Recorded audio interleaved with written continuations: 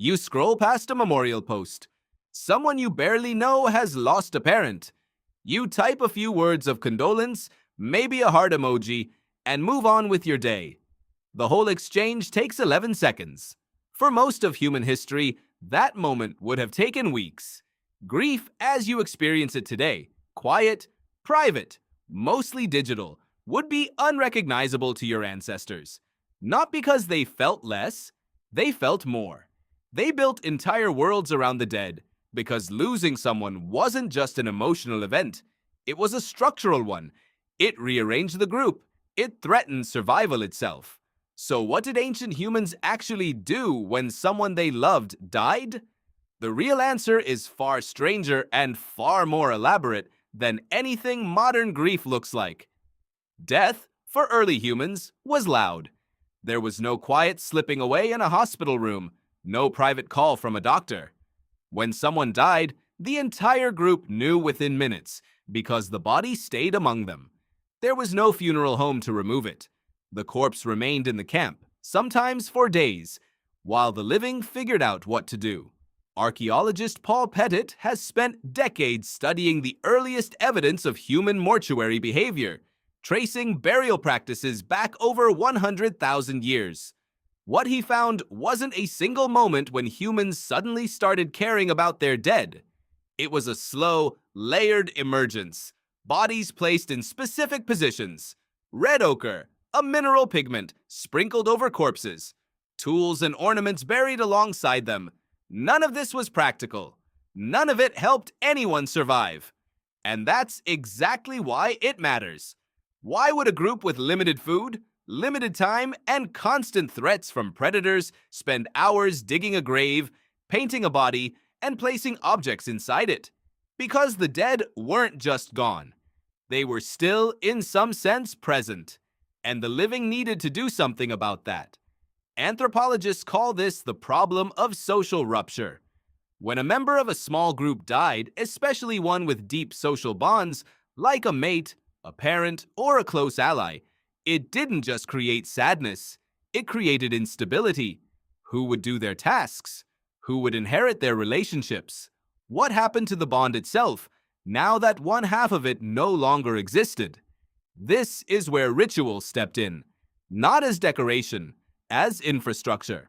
A researcher named Donald Brown, who studied cultural universals across hundreds of human societies, found that funeral rites appear in virtually every culture ever documented, separated by oceans, by tens of thousands of years, with no contact between them. That's not a coincidence. That's a signal. When something appears everywhere, independently, it usually means it's solving a problem too important to skip. So what was the problem ritual actually solved? Several, layered on top of each other. The first was practical. A decomposing body in a small camp is a health hazard. Burial, even shallow burial, contain that risk. But if the only goal were sanitation, you wouldn't need ochre. You wouldn't need tools buried alongside the body. You wouldn't need days of mourning. The practical problem could have been solved in an hour. The deeper problem was social. Grief, left unprocessed, doesn't just sit quietly inside one person.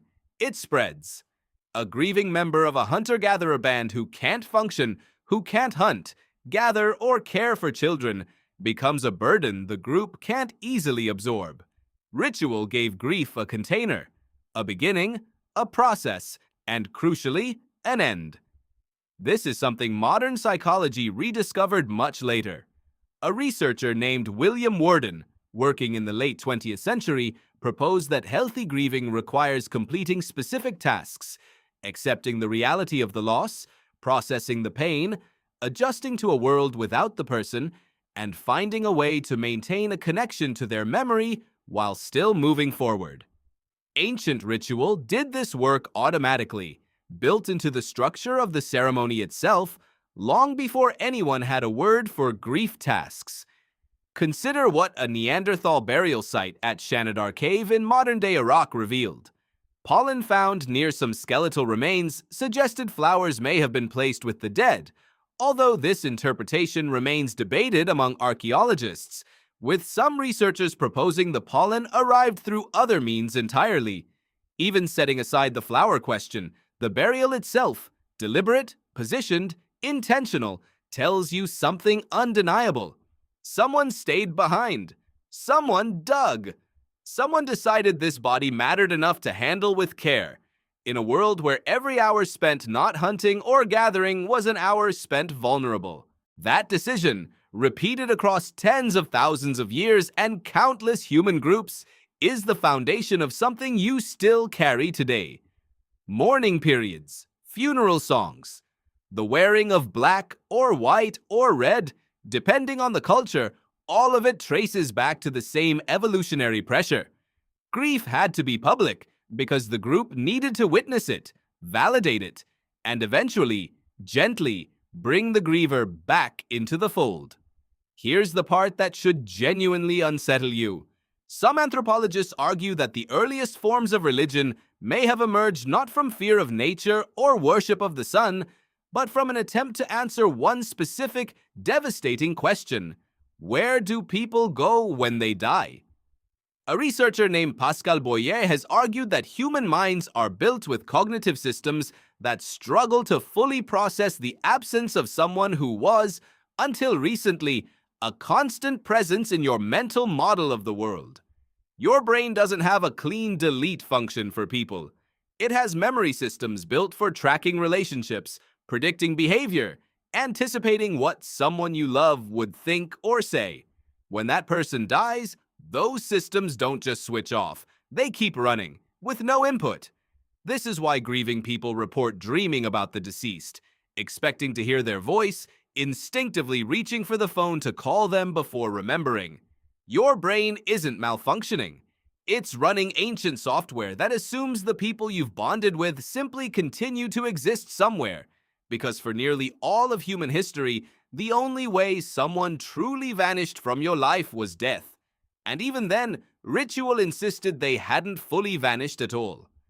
Ancestor worship, found across cultures from ancient China to West Africa to the Andes, may be a direct response to this cognitive mismatch. If your mind keeps modeling someone as present, why not build a belief system that honors that? Why not leave offerings? Speak to them. Ask for guidance. It isn't necessarily superstition for its own sake. It may be your ancestors' brains, doing exactly what brains evolved to do, refusing to let go of a relationship that mattered. Compare this to how grief looks today. A few days off work, if you're lucky. A private process, often without ritual, without communal witnessing, without anyone required to dig, to carry, to physically participate in the transition from living to dead. Is it any wonder modern grief sometimes feels harder to move through? Researchers studying what's known as disenfranchised grief have found that grief unsupported by social ritual tends to last longer and feel more isolating. Without a structured container, without a group physically present to share the weight, the ancient systems in your brain that expect mourning to be witnessed are left running in a kind of social vacuum. Your ancestors didn't have grief counselors. They had something arguably more powerful: an entire community that stopped, together, and built something out of stone, ochre, and silence, specifically so that no one had to carry loss alone. So the next time you feel that strange, disproportionate ache over losing someone, even someone you didn't know especially well, remember what's actually happening underneath. You're not being overly sensitive. You're running an ancient operating system built across 100,000 years of communal mourning, asking, quietly, for the ritual it was designed to receive. Tonight, when you scroll past another loss, another stranger's grief reduced to a few words on a screen, remember the version of you that existed long before screens. The one who would have stopped everything, who would have stayed up through the night, painting a body with red earth, placing a tool beside cold hands, not because it was useful, but because some part of being human has always refused to let the people we love simply disappear. Thank you for watching, and I will see you in the next video. If you find this video interesting, please consider subscribing for more content like this.